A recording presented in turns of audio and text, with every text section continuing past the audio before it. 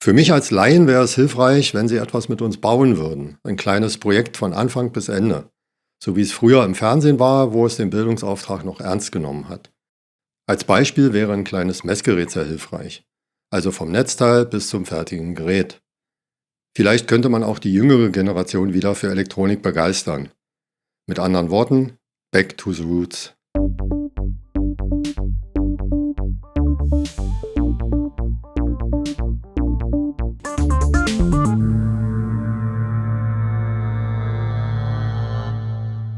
Herzlich willkommen auf Technik selbst erlebt.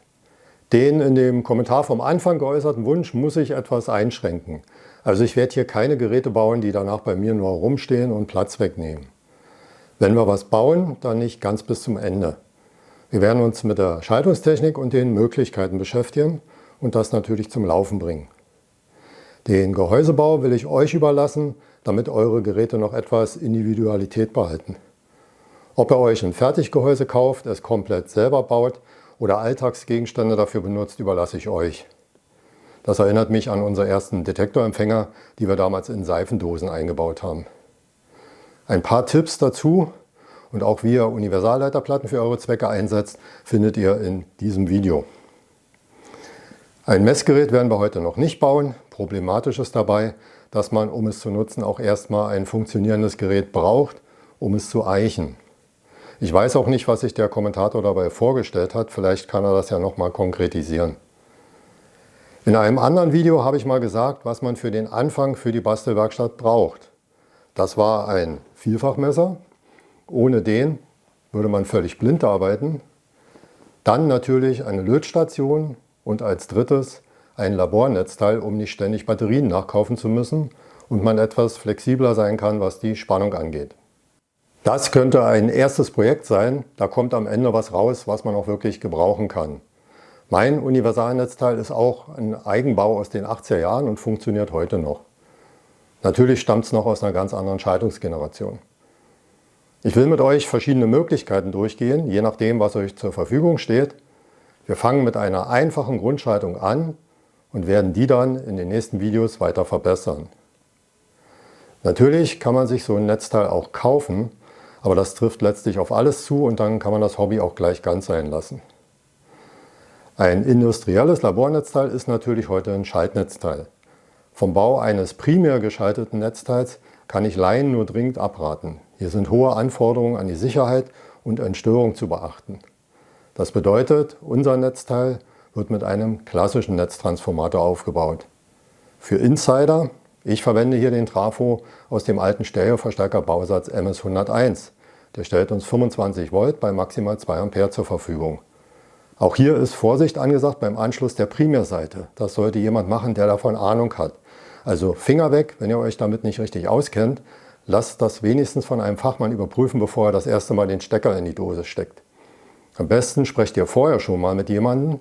Je nachdem, welches Gehäuse ihr wählt, sind unterschiedliche Maßnahmen zum Schutz vor zu hohen Berührungsspannungen notwendig. Schutzisolierung oder Schutzerdung. Darüber macht man sich besser vorher schon Gedanken. Heute benutzt man natürlich integrierte Schaltung. Das verringert den Aufwand und macht die Schaltung nachbausicher. Trotzdem wollen wir ein bisschen mit Verstand an die Sache rangehen und nicht etwas zusammenfuschen, was irgendwie funktioniert. Unser Netzteil soll eine stufenlos einstellbare Ausgangsspannung haben und bei einem Kurzschluss nicht gleich in Rauch aufgehen, was bei den integrierten Lösungen aber gegeben ist, wenn man sie richtig einsetzt. Beginnen wir mit dem Trafo. Wenn ihr euch den besorgt, dann sucht euch am besten einen mit 2 identischen Sekundärwicklungen. Dazu sage ich am Schluss noch was. Ich habe hier erstmal nur eine. Schauen wir mal, was sich in meiner Kiste Stromversorgung so findet.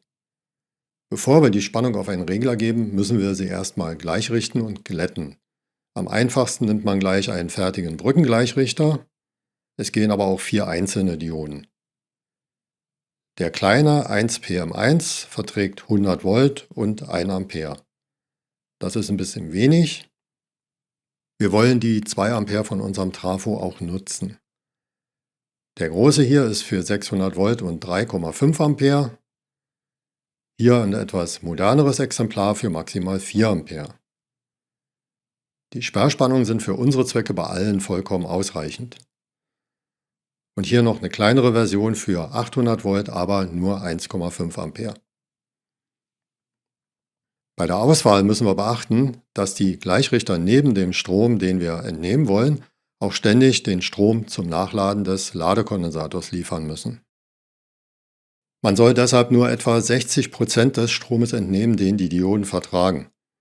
Andersherum gerechnet müssten die Gleichrichter bei 2 Ampere Ausgangsstrom etwa 3,3 Ampere vertragen. Der 3PM6 würde das schaffen, aber das wäre schon eng dimensioniert. Der Gleichrichter mit 4 Ampere ist besser. Was muss der Ladekondensator aushalten? Als erstes müssen wir aber beachten, dass er sich mit der Spitzenspannung auflädt. Die 25 Volt sind ja der Effektivwert. Außerdem ist die Leerlaufspannung in der Regel größer. Hier sind es 29 Volt. Das macht in der Spitze 41 Volt. Die Gleichrichter müssen übrigens das Doppelte aushalten. Wie groß muss der Kondensator sein? Je größer, desto besser.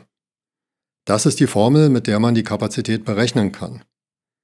IL ist der maximale Laststrom, F ist bei Zweiweggleichrichtung gleich 100 Hertz und Δ-U ist die Brummspannung, die man maximal zulassen will. Es gibt aber auch eine Faustformel, 1000 bis 2000 Mikrofarad pro Ampere Laststrom. Wir gehen immer auf die sichere Seite und deshalb wäre ein Ladekondensator von 4700 Mikrofarad und 63 Volt eine vernünftige Lösung. Überprüfen wir mal, wie groß Δ-U dann ist. Immerhin noch 4,25 Volt bei Volllast. Den Wert merken wir uns, wir werden den noch brauchen. Jetzt geht es an die eigentliche Reglerschaltung. Was findet sich denn da in meiner Box? Das hier sind einige Festspannungsregler. Die sind für uns aber nicht geeignet, denn wir wollen die Spannung einstellbar machen. Das ist ein Spannungsregler LM317. Wer noch an alte DDR-Bauelemente herankommt, da wäre das der B3170. Das sind noch alte Spannungsregler nach dem Längsreglerprinzip und sie geben maximal 1,5 Ampere. Das heißt, sie sind nicht sehr effektiv und produzieren noch eine Menge Wärme. Trotzdem machen wir unseren ersten Versuch damit. Später werden wir uns die bessere Lösung mit Schaltregler ansehen. Bevor wir uns mit der Schaltung beschäftigen, berechnen wir erstmal, wie groß der Kühlkörper sein muss. Die stärkste Belastung haben wir, wenn die Differenz zwischen Eingangs- und Ausgangsspannung sehr groß ist, also bei kleinen Ausgangsspannungen, und Maximalstrom. Jetzt werden wir das ganze Elend solcher Längsregler erleben und einige werden wahrscheinlich überrascht sein. Auch zur Kühlkörperberechnung gibt es ja schon ein Video und eine Beispielaufgabe zum Längsregler. Bei Maximallast wird die Trafospannung etwas zurückgehen. Rechnen wir mal mit 36 Volt am Eingang des Schaltkreises. Die minimale Ausgangsspannung beim LM317 ist 1,25 Volt. Das macht eine Differenz von etwa 35 Volt. Bei 1,5 Ampere sind das 52,5 Watt, die am Schaltkreis verbraten werden müssen. Die maximale Chiptemperatur darf 125 Grad nicht übersteigen. Wir gehen mal von einer maximalen Umgebungstemperatur von 40 Grad aus. Das ist schon optimistisch gerechnet. Macht eine Temperaturdifferenz von 85 Kelvin. Der gesamte Wärmewiderstand zwischen Chip und Umgebung darf 1,6 Kelvin pro Watt nicht übersteigen. Allein der Wärmewiderstand zwischen Chip und Gehäuse des Schaltkreises liegt bei 5 Kelvin pro Watt. Das funktioniert nicht, denn da kommt der Widerstand des Kühlkörpers und der Übergang von Gehäuse zum Kühlkörper noch dazu. Was bedeutet das jetzt? Da ist jetzt natürlich der extremste Fall gerechnet, aber der Schaltkreis würde sich bei hoher Last ständig wegen Überhitzung drosseln oder abschalten. Was ist denn nun möglich? Machen wir die Rechnung mal andersherum. Der Wärmewiderstand des Schaltkreises liegt bei 5 Kelvin pro Watt. Wenn wir Wärmeleitpaste benutzen, können wir mit 0,5 Kelvin pro Watt zwischen Gehäuse und Kühlkörper rechnen und wir nehmen mal einen handelsüblichen Kühlkörper mit 2 Kelvin pro Watt. Macht zusammen einen Wärmewiderstand von 7,5 Kelvin pro Watt. Das bedeutet, wir dürfen nur 11,3 Watt verheizen.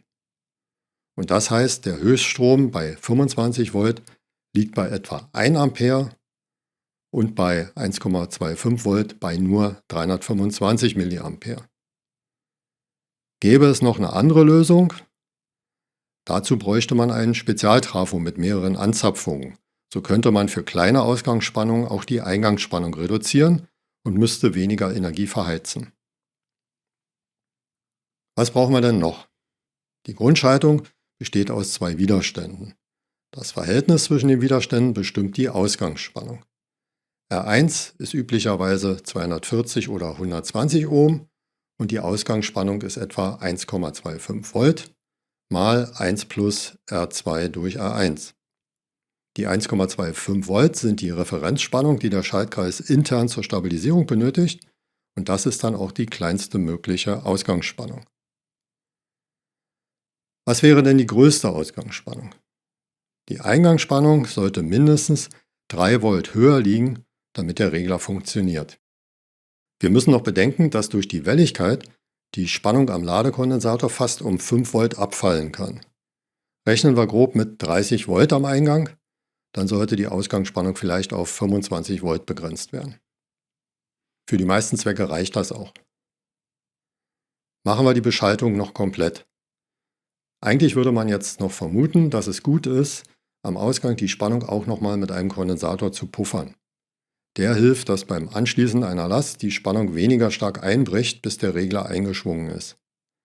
Für die eigentliche Stabilisierung wird er aber nicht gebraucht. Und er sollte auch nicht zu groß sein, etwa 1 bis 10 Mikrofarad.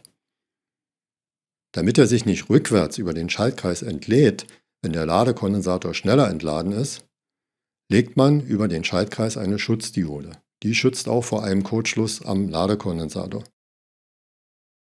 Wenn man noch etwas für die Unterdrückung der Restwelligkeit tun will, ist ein Kondensator am Einstellanschluss effektiver. Damit der sich nicht beim Ausschalten über den Schaltkreis entlädt, brauchen wir dann eine weitere Schutzdiode über R1.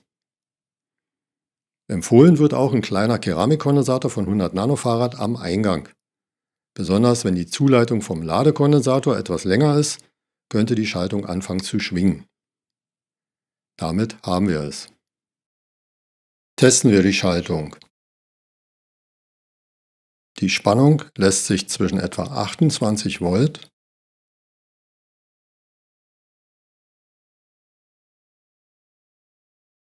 und nicht ganz 0 Volt einstellen. Kleiner Hinweis noch, die Spannungsdifferenz zwischen Eingang und Ausgang darf beim LM317 40 Volt nicht übersteigen. Mit den 41 Volt am Eingang im Leerlauf ist das hart an der Grenze. Für so einen Versuchsaufbau kann man das mal machen, aber beim fertigen Gerät geht das so nicht. Entweder ihr benutzt den Hochvolt-Typ LM317HV, der verträgt 60 Volt, oder ihr arbeitet mit einer geringeren Eingangsspannung. Das hängt ja auch davon ab, was für einen Trafo ihr benutzt. Alle Berechnungen, die ich hier gemacht habe, müsst ihr sowieso für euch entsprechend anpassen. Jetzt testen wir das Netzteil noch unter Last. Mal sehen, ob die Spannung auch stabil bleibt. Ohne Last liegt die Spannung bei 12,07 Volt. Das Oszilloskop im Hintergrund zeigt die Welligkeit am Ladekondensator. Wir beginnen bei 229 mA. Die Spannung ist gerade mal um 0,03 Volt gesunken.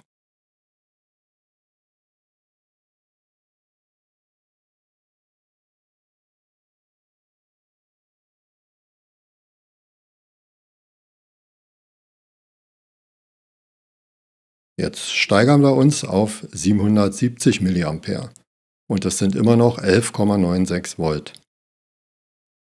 Gegenüber dem Leerlauf ist die Spannung gerade mal um 0,11 Volt gefallen. Das ist schon eine ordentliche Stabilität. Die Welligkeit am Eingang lag zwischen 160 mV und 616 mV bei 770 mA. Ein kleiner Nachteil der Schaltung ist, dass sich die Spannung nicht auf 0 Volt regeln lässt, sondern mindestens bei 1,25 Volt liegt. Moderne Mikroprozessoren arbeiten teilweise schon mit 1 Volt Spannung und es könnte stören, wenn man bestimmte Messreihen machen will, also zum Beispiel Kennlinien aufnehmen. Darum werden wir uns im nächsten Video kümmern und die Schaltung entsprechend erweitern. Für den Anfang ist diese Grundschaltung schon mal besser als Batterien.